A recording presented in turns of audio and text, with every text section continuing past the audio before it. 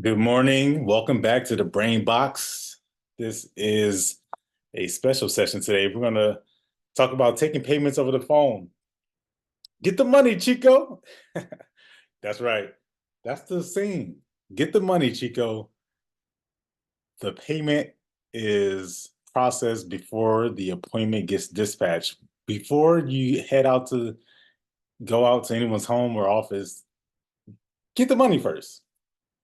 Confirm the payment. Now, there can be an issue when you try to confirm these appointments, secure these appointments, and getting payment. So when those issues come up, what will you do? What is the alternative solution?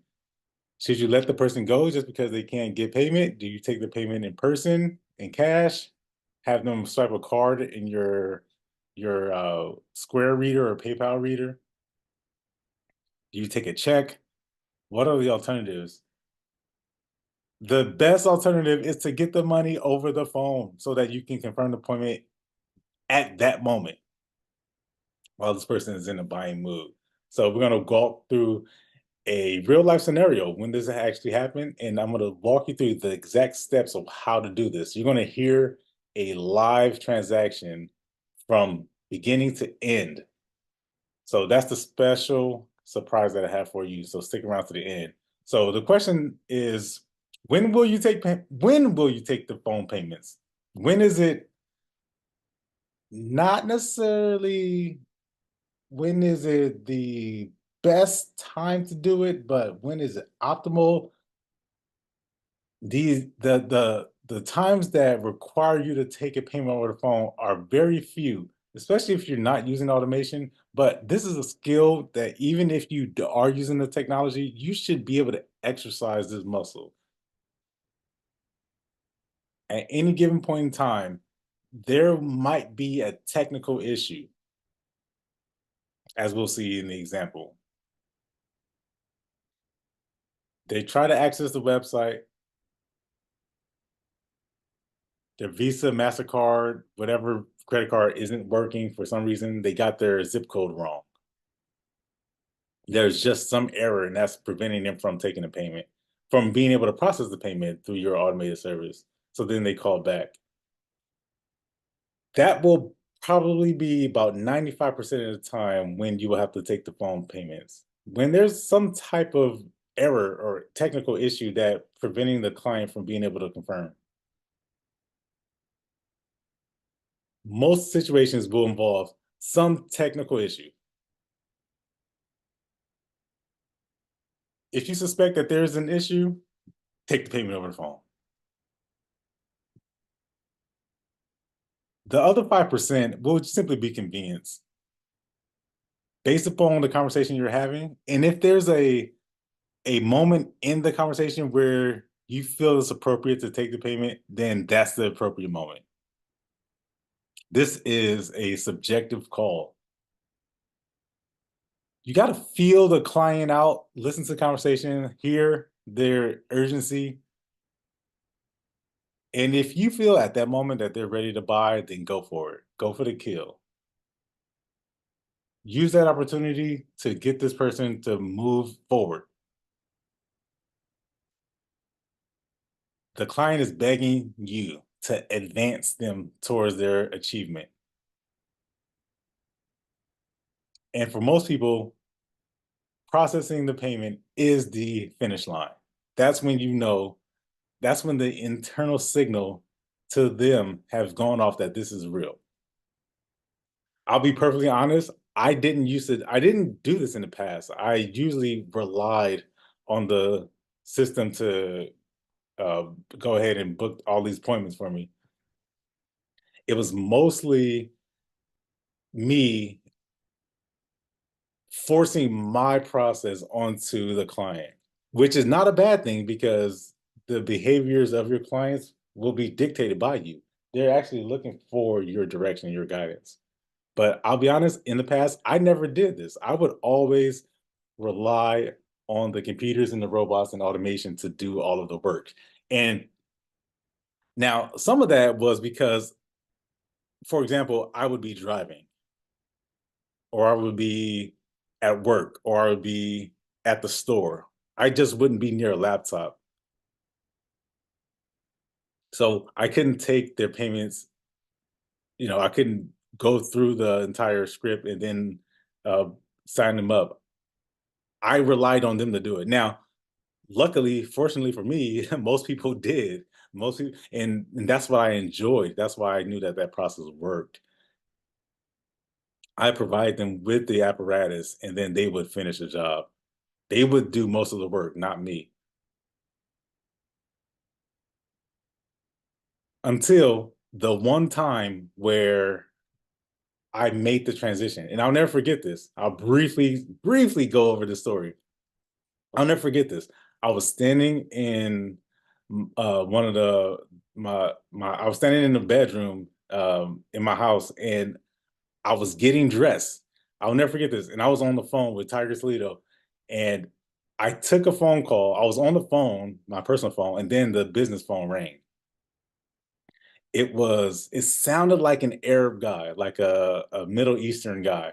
And his accent was very thick, and he was asking for, it was about 3 o'clock in the afternoon. He was asking for something for his clients. He needed to make an appointment for his clients. That's the impression I got. Now, in the background of his phone call, there was a lot of things going on, so I could barely hear him on top of his thick accent.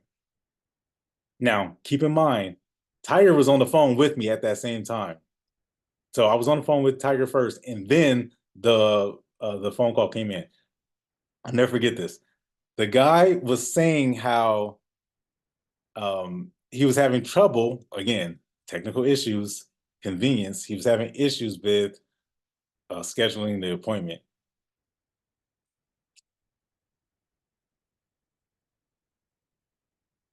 I hung up the phone. You believe that? My arrogance, my ego, whatever you want to call it, the money repellent, I pushed the client away. And it was at that moment that Tiger said, "Why don't you just take the payment over the phone?" And then I remember this again. I remember very distinctly. I gave all these reasons, all these excuses. Excuses. That's what they were. They were excuses about how my system is foolproof.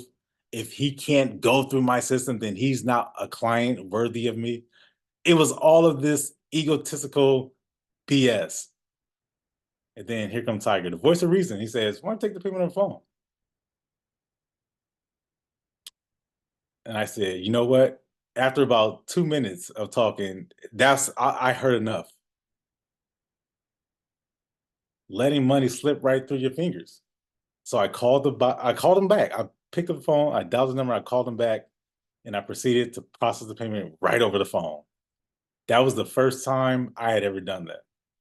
Prior to that, I'm talking like well over a year. I didn't do that. I knew it was possible, but one of the reasons why I didn't do it is because this at that time, and I remember this. This was, and I'll digress.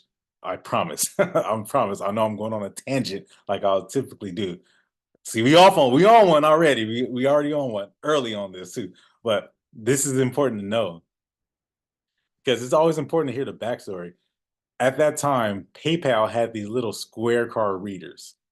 If there was ever a time where I couldn't take the payment over the phone, I would always get it in person because of now this was about 98% of the time I would get payments up front. So it was no problem. So I rarely used the square card reader. And matter of fact, I had that square card reader because of the appointments that I would get booked for on behalf of other notaries. That was the reason why I had the square card reader. That was it. As you guys all know, I outsource to about 22 notaries, and promote this. I say this. I say the best way to get appointments or the best way to market, to free market, is to call other notaries. It's not flyers or business cards or, you know, going to networking events where putting your name on the listings directory. None of that works. Does it? None of it works. It's so unreliable. The best way to do it is to call other notaries.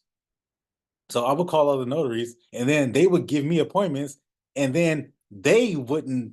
I would ask the notaries. I would make them say, either you are going to pay me or the client will pay me. Which one? And most notaries who gave me appointments, they would say, "Oh, you can just take the payment from the client." So that's the reason why I had the Square Card reader. But when it came to my own operation,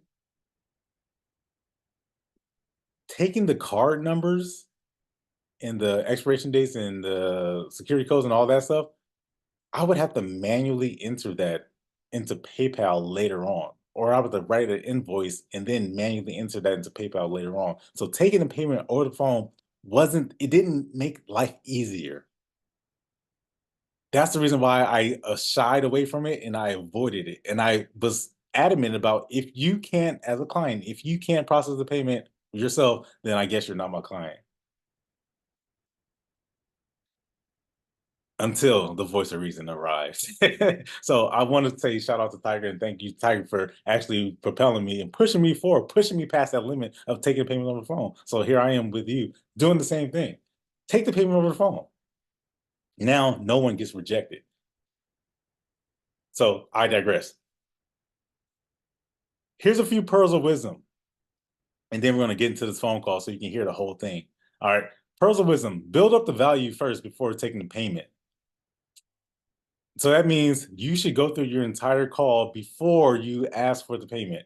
Now, there might be a time when you could take the payment right there on the spot. It's possible, very, very possible. But make sure the client knows what they're paying for. They have to understand what it is that they're buying. You don't want a client who objects to getting their appointment because they're not sure of what they're paying for. So it's up to you to educate the client. Build up the value first, and then ask for the credit card. Repeat their name if possible. This is a practice that many notaries, they get it twisted. And I want to say that because if you look at the next point, it says it's best to avoid repeating what they say every time. So don't over repeat what they're saying. But if they use their name, if you ask their name at any point in the conversation, if you ask for this person's name, who am I speaking with? Who do I have the pleasure of talking with? If you say that and then they give you their name, my name is John, and then you never refer back to that name, what was the point of asking their name? So if the person gives you their name, use it. Use it. But the next point, it is best to avoid, and I really, really mean this, it's best to avoid repeating what they say every time.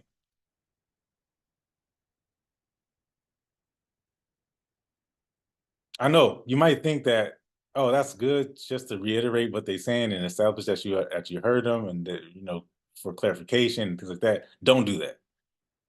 This is for what it is that we do, given the amount of time that it takes and the level of significance. It's best to just advance the person forward. Just keep the ball rolling. Keep it moving. So let me give you an example.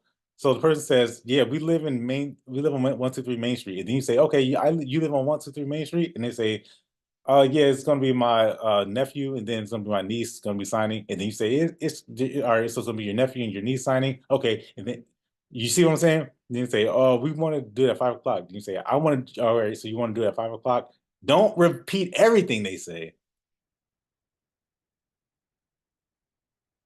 All right, that shows amateurism. It shows a level of beginner. That's beginner behavior. And you don't, and this is going to make it easier to take the payment at the end of the phone call because you're not a beginner. All right. And I'll show you examples of this. So when we hear the video in a few seconds, and then this is a bonus: laughter. If you can make a joke, or if you make them giggle or laugh or smile at any point in time, that's a bonus. Not necessary, not always, because sometimes the situation doesn't call for it. But I know a good way to sneak a laugh in there every single time. I'm gonna show you.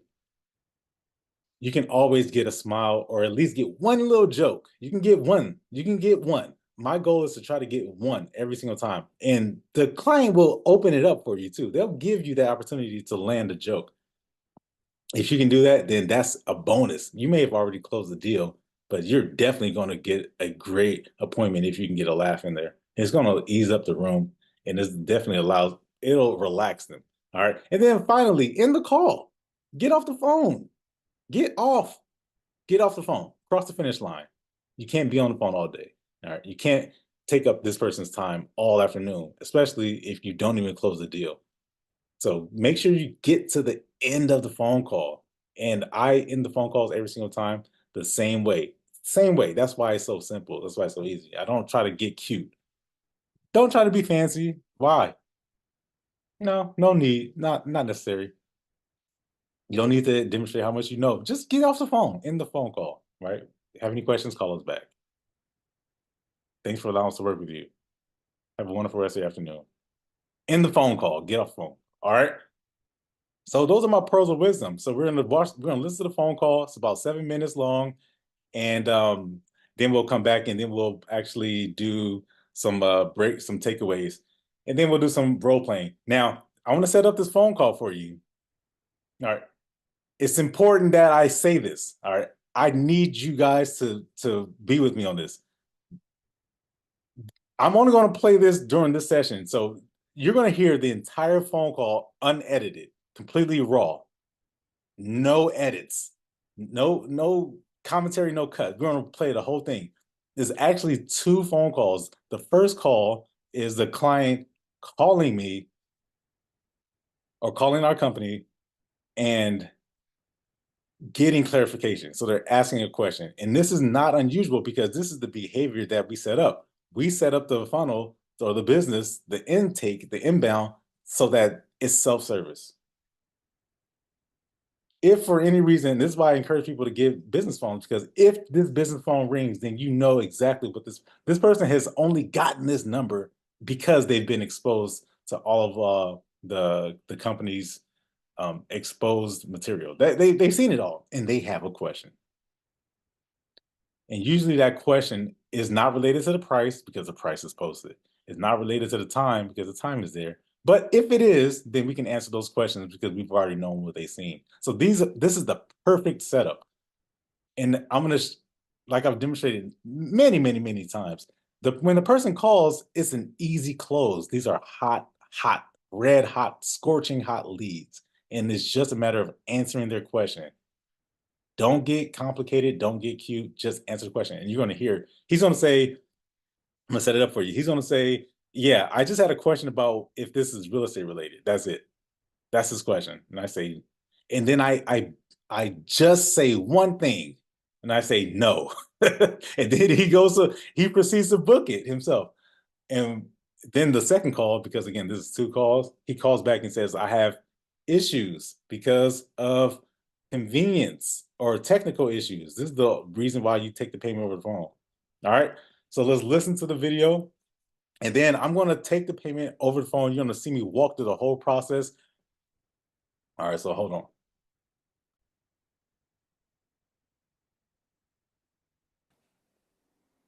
Hi, you can help me with a document that bargain and deed, and it has my only one signature on it, and I want to set up an appointment, but I'm confused if that's a real estate transaction or just a one signature transaction.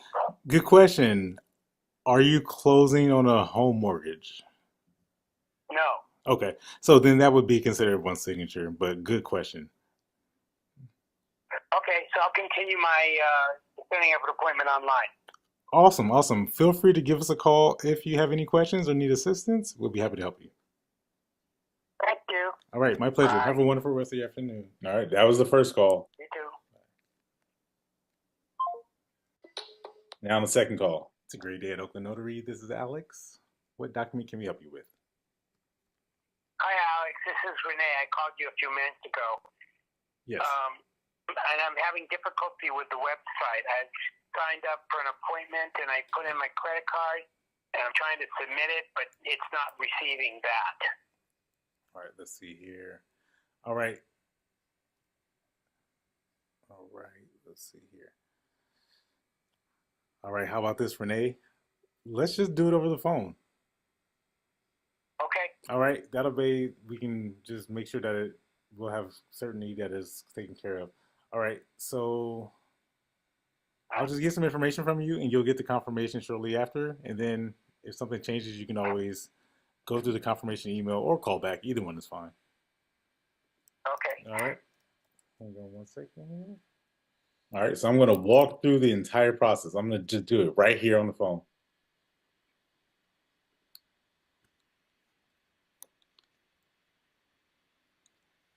Okay. All right, so are you looking to have it done today? No, I was setting up for next Tuesday at 11 Thursday. All right. 11:30. All right, so that's Tuesday, May 7th. Yeah. All right. Can I have your first name, Renee? Renee. R-E-N-E. E-E. 2 E's at the end. All right, and your last name. All right, and do you have an email address, Renee? Yes. All right. And can I use this phone number that ends in 2035? Yes. All right. So I already have his phone number. I don't need him to say it. And Renee, you do have valid ID, driver's license, or passport? Yeah. Okay, great. All right, and then your address. Avenue. Notice he didn't give me a zip code. Oakland. He gave me a city address, but I put the zip code in myself. Because this is an eighth of a mile away from my house. I know exactly where it is. And Renee, anything unusual about the location? Any security gate codes? Any parking snipers? Anything like that? Nothing like that. You can park easily right in front. Oh, excellent. Awesome. That's the joke right there. Here's another one. No guard dogs or anything like that. No, we have a lazy cat that might, purr at you. Oh, cutie. Okay. There goes the joke right there. Make him laugh. Fantastic. All right, so just to confirm. Here's the recap. The address is. Yes. That's correct. Okay. Copy and paste the phone number. He's not watching this, by the way. All right. I'm just a call center. Excellent. And then, so you should receive a confirmation email shortly. Whenever you're ready, we'll take the 16-digit card number. Okay, I have it right now. All right. 4147. This is how you take the payment. Listen. All right, and then there's a expiration date. 24. All right, and there is a 3-digit security code. 02. All right, and then your zip code. 94. All right, and will your name be on the card, Renee? Yes. Listen until I continue to use his name. All right, so give it a few moments here. You should receive a text message shortly. And get off the phone. A confirmation here. Let's see. Check your email. And if you don't see it, perhaps in the spam, but you should receive a text message shortly and an email confirmation. I got the email. I haven't checked my text yet. But okay. Yeah. Fantastic. So if you have anything that come up, any changes, we understand, you can interact directly with the confirmation email at the very bottom, or you can just call back. That's fine. Okay. All right. Feel free to have us. Right. Yeah, no problem. Give us a call back if you have any questions. Just otherwise, have a wonderful rest of your evening, and then we'll be happy to see you on Tuesday. Thank you. See you then. Bye. Bye.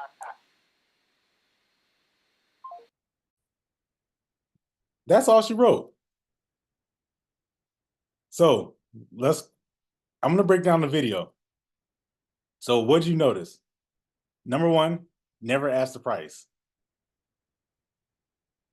Did you notice that? Did you catch that? But Tekk, people always ask me, how much does it cost? Yeah, I know they do. Because you can easily give off that vibe that what you're doing is not, I'm not saying that it's not professional, but what I'm saying is you can unknowingly sound like you've never done this before. And it's very, very easy to give that notion off when you don't follow a step by step by step process, when you're kind of just making it up, when you're just winging it, it can easily sound like that. You can sense that when you talk to people, can't you? But there's an easy way to counter that. It sounds very bland, sounding very boring, right? But also sounding like you've done it for the first time. People won't ask the price if they, first of all, well, in this situation, I'm not going to say this is an exception because it's not. There's plenty of examples where we talk about this over and over and over again, or where you've seen examples where people don't ask the price. They never even bring it up.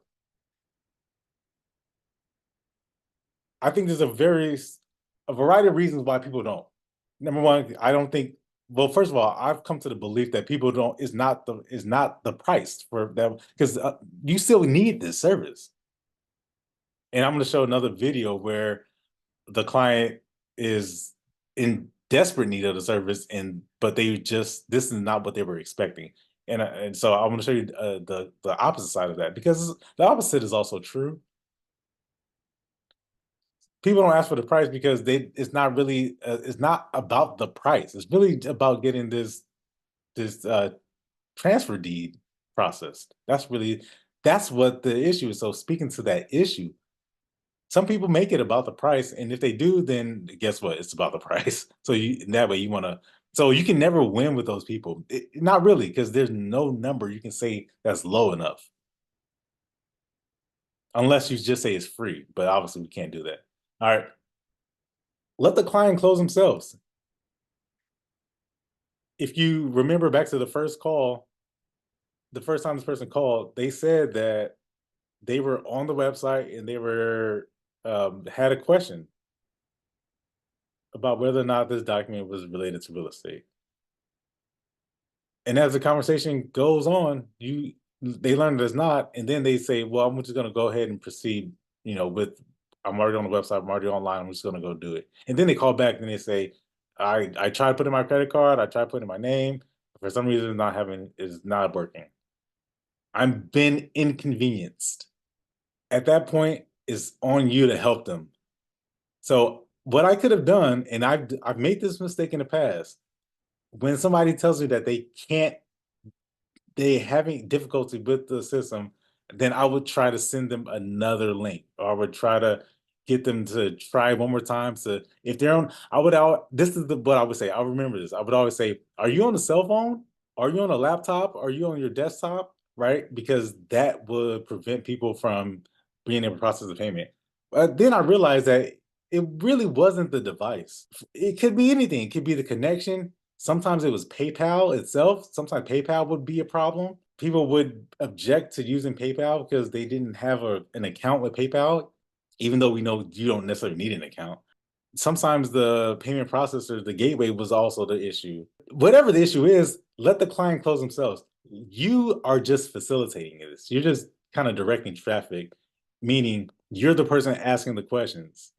You're not answering the questions, you're asking the questions. And then you notice how I didn't repeat every single detail that they said. I just kept the conversation flowing, just kept it moving forward towards the finish line. So the client can close themselves. Again, they never asked the price. The client just needed you to hold their hand so that they can get across the street safely. Now, the question I want to ask you is, was that possible without automation?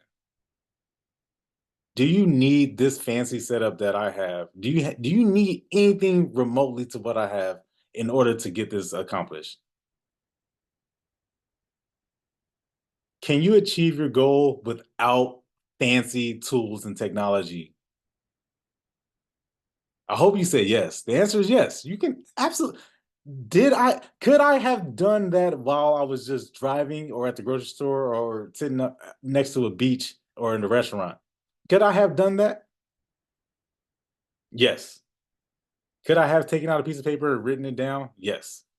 Is that the best practice? No. But does that mean that it can't be done? So you don't need anything fancy. You just need the skill. The skill is what's really going to get this completed. The client doesn't know that I was just an eighth of a mile away from him. The client doesn't know I could have walked to his house. They don't know that because they're not talking to the notary. They're talking to a company, to a business. The client didn't see my screen as I was going through that. I did that. That's for educational purposes. That's so that we can practice and we can train and we can get better. That's not for them. That's for us. But I could have easily have done that while I was just, I could have wrote that all on my hand. Really, all I needed was the person's name. I already have their phone number. I needed their address. What else? All the other questions about ID, yeah, that's a given. And then the question about the dogs, the snipers, the pets, the guard dogs, and that stuff, that's just a joke. But if I'm going to dispatch a notary to that location, I also need to know that as well so that they can be informed. Don't park in front of the basketball court. Don't park in front of the neighbor's house, right? Or you can just pull up into the driveway. There's always these issues or these special requests. Don't ring the doorbell. You have a newborn. Text us when you arrive, right? There's always these little things that people want you to do. No problem. We can do that. But was that possible without any technology? Yes. You can take the payment without any technology. And then you can just process. Now, what I did say at the end was you're going to get a confirmation. And he said, I got a confirmation. I didn't get the email, but I did get the confirmation. So good. If that's not the case, don't say that, right? If you're not in that moment, you're not on the computer getting ready to set that up, don't say that. Tell them that they're going to get it later on.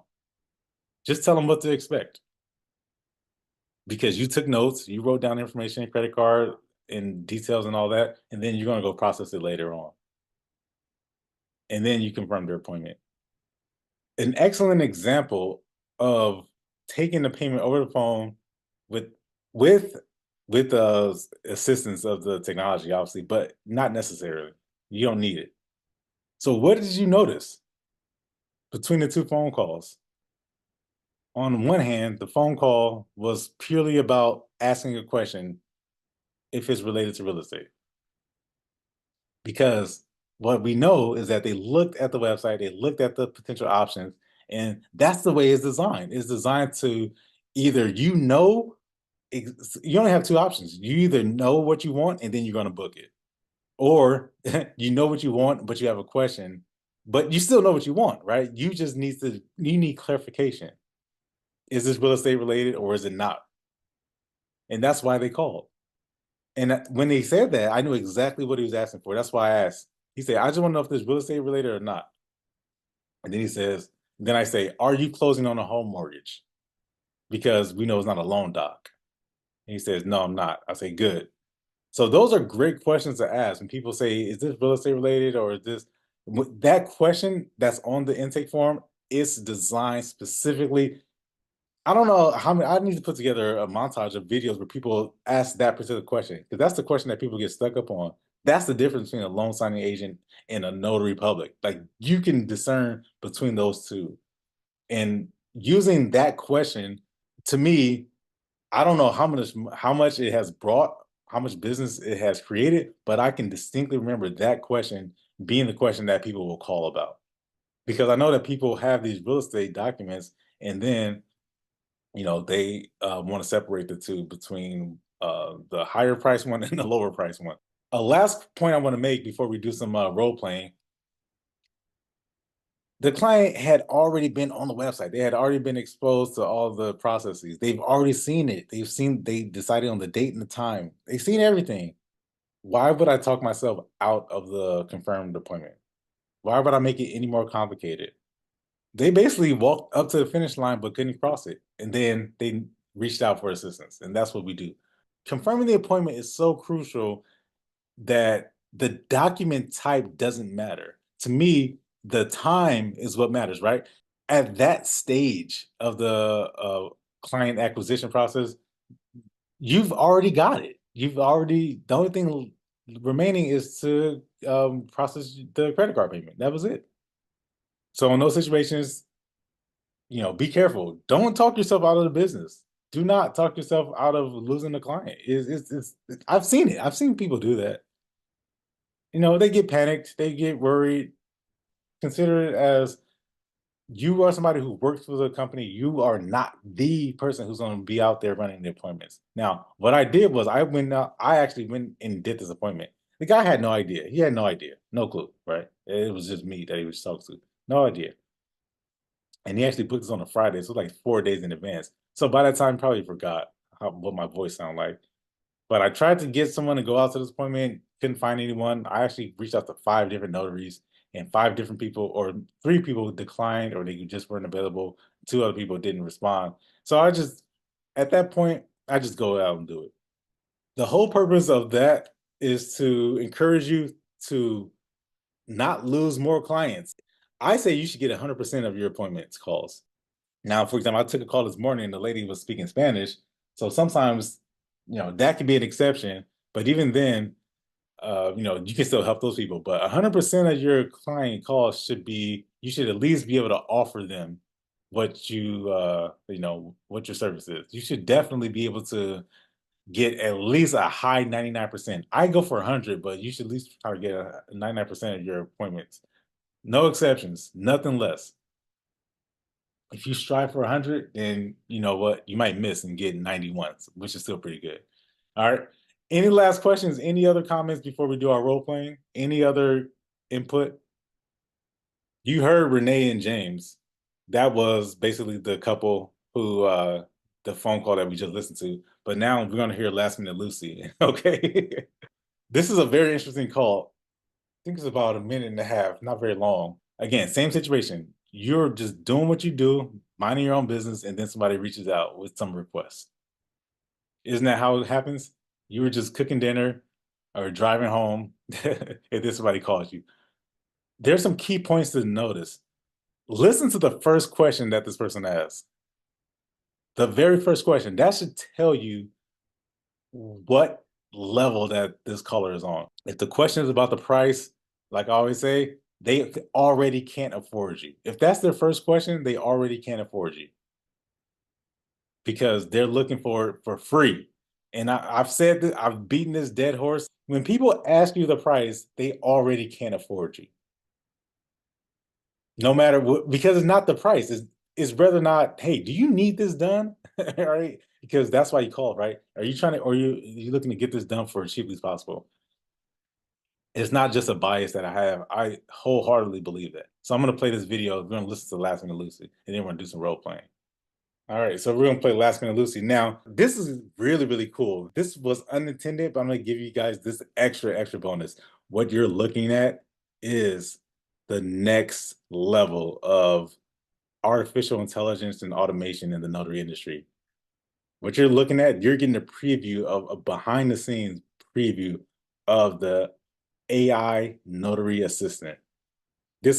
We're building it right now. It's already, or it's not done, it's not completed, but I don't know if it'll ever be completed because it can always continue, it can continuously learn and get better and get trained. But what you're looking at is this is basically a clone of you. This is your clone. Somebody who answers the phone as good as you, they handle objections as good as you, they close as good as you, they disqualify customers and qualify customers as good as you. It's not better than you because you can think on your feet, but this is the closest thing. This is the closest it's going to get. How would you like to have another version of you working in your notary business? So what you're looking at, this is the screen. So when this person called me, I was in the middle of training this notary assistant, AI assistant. So that's what you're looking at right here. But don't focus on that. I just wanted you to see what you're looking at, but don't focus on that. Focus on the call. Okay, let's listen, y'all. Notary, this is Alex. What document can we help you with? I just need to have my paper notarized from the DA office. Okay, so you need one signature from the DA office. Are you the person who's signing the paper? Excuse me? Are you the person who's signing the paper? Yeah, I should be on one signing it. It's from the welfare department. Okay. And can you confirm that you do have valid ID? Yes. Okay. All right, so we have a mobile service. So that means that we can come to your location. Oh, I want to come to the library? Exactly. We can come to you. What city do you live in? I live in California. I live in Oakland. Okay. All right. How much is this going to cost? It's $1 million. $1 million. Yeah, how much is it going to cost? Plus tax. No. So if you need it in the next half hour, it's $84. But are you flexible with that? Is this the library? No, this is not a library. This is an open prime mobile notary. Oh, no. I'm sorry. I got the wrong number. Sorry. You need a document signed? Do you need a document to be notarized? Yeah, but I had it. I go to the library and get that for free. What type of document do you have? It's from the DA office. Okay. Were you expecting to get this document done for free? Yeah, the library, they go for free. Yeah. You meant to call the library? Yes. Okay, this is not the library. Okay, thank you. Yeah, and I just hang up. So as you can hear, she wanted to get it for free. She meant to call the library. That was the first mistake. Let's see if I can play it again. Notary, Alex, what document can you help me with? I just need to have my paper notarized from the DA office. Okay, so you need one signature from the DA office. I repeat. Are you the person who's signing the paper? Excuse me. Are you the person who's signing the paper? Yeah, I should be the one signing it. It's from the worship department.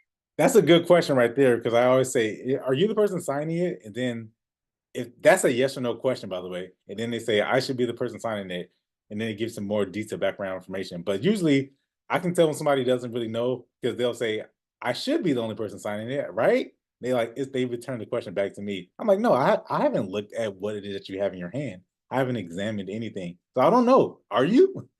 Right? That's an indication that somebody may not be fully, it's not that they are of sound mind, because I don't like that question. Are you of sound mind? Are you coherent? Are you fully aware? Like, that's a medical question. If you're a medical professional, that's a question that you would ask if you're an EMS or an ambulance driver. I'd never like that question for notaries. It doesn't make sense, because what if the person says no? Well, are you a doctor? Like, are you making that determination? Are you the only person signing it? And they say, I should be the only person signing it. Okay, good. That's a yes or no question. If you're unsure about who's signing it, then we can't help you. Or at least I can maybe walk you through, count the number of signatures there. Just listen. Okay. And can you confirm that you do have valid ID? Yes. Okay. All right, so we have a mobile service. So that means that we can come to your location. Oh, I want to come to the library? Exactly. We can come to. So she kept saying the library. So that should have been my first hint. But even if she was expecting to call the library, I don't know why she called me, not the library. Oh, you know why? It just hit me. It just dawned on me. I know why she thought it was a library, because there is an Oakland Public Library, which is OPL. And I'm Oakland Prime Notary, which is OP. It looks very similar, but that's still no excuse. What city do you live in? California, I live in Oakland. Okay. All right. It's $1 million. And there goes the $1 million question that Tiger likes so much. And there's a reason why I say that $1 million, right? But I tried it there. I had a sense. I mean, I've done this so many times. I have a sense how many people are going to book and who's not. I can usually get a sense of, and I'm pretty good at it. I already knew that she wasn't. So I threw that out there just to throw her off. And then listen to, she pauses. Literally stopped in her tracks. And then what we talk about, getting a laugh, telling a joke. That's a bonus. And then you can hear her giggle a little bit. She's like, seriously, how much does it cost?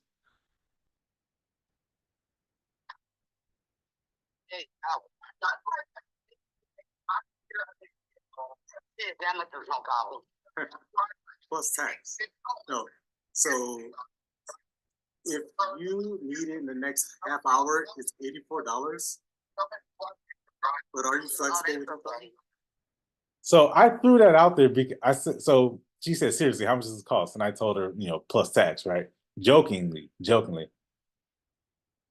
But I told her, I gave her, so this is the option. So when you go to close, that's another technique that you can use, the high-low option, right? Well, you can do it now, it's $100. If you do it now, it's $1 million.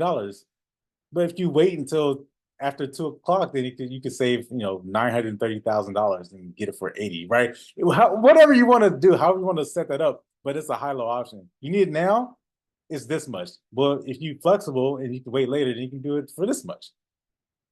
You can go high, you can go low, but you give the person 2 options. Either way, it benefits you because you are the person who's confirming the appointment and they're getting their work done, but you can't do it for free. Is this the library? No, this is not a library. This is an open prime mobile notary. Oh, no. I'm sorry, I got the wrong number. Sorry. You need a document signed? Do you need a document to be notarized? Yeah, but I get credit. That's why I go to the library and get that for free. What type of document do you have? It's from the DA office. Okay. Were you expecting to get this document done for free? Yeah, the library, they going for free. Yeah.